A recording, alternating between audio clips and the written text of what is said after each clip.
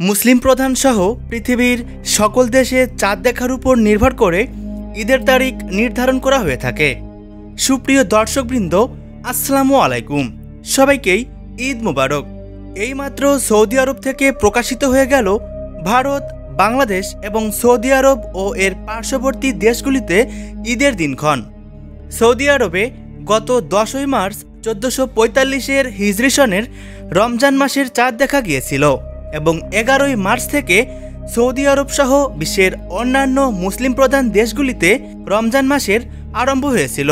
আর এই মুহূর্তে সৌদি আরবের তরফ থেকে যে সর্বশেষ আপডেটটি চলে এসেছে তাই কিন্তু জানিয়ে দিব আজকের এই ভিডিওটির মাধ্যমে। তাই অবশ্যই সম্পূর্ণ ভিডিওটির সাথেই থাকবেন। আর সবাই কমেন্ট বক্সে লিখে ফেলুন আলহামদুলিল্লাহ, ঈদ মোবারক। বন্ধুরা, গত 8ই এপ্রিল সোমবার রমজানের ঈদের চাঁদ দেখা যায়নি, অর্থাৎ গতকাল সৌদি আরবে 29তম রোজার দিন ছিল। আর আজ 10 এপ্রিল সৌদি আরবে 30তম রোজা। তাই ধারণা করা হচ্ছে আজ সন্ধ্যার আকাশেই এবছরের ঈদ উল ফিতরের নতুন চাঁদটি দৃশ্যমান হবে।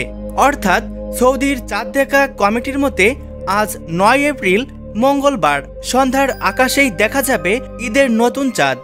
আর আজ সৌদিতে চাঁদ দেখা গেলে কাল 10 এপ্রিল বুধবার সৌদি আরব সহ বিশ্বের অন্যান্য মুসলিম প্রধান দেশগুলিতে উদযাপিত হবে এবছরের পবিত্র ঈদ উল ফিতর। আর সৌদি আরবে ঈদ উদযাপিত হওয়ার পরের দিনই ভারত, বাংলাদেশ সহ দক্ষিণ এশিয়ার অন্যান্য দেশগুলিতেও ঈদ উল ফিতর উদযাপিত হবে। অর্থাৎ 11ই এপ্রিল বৃহস্পতিবার ভারত ও বাংলাদেশে এবছরের পবিত্র ঈদ উল ফিতর উদযাপিত হবে। ভিডিওটি শেয়ার করে সবাইকে দেখার সুযোগ করে দিবেন। ধন্যবাদ।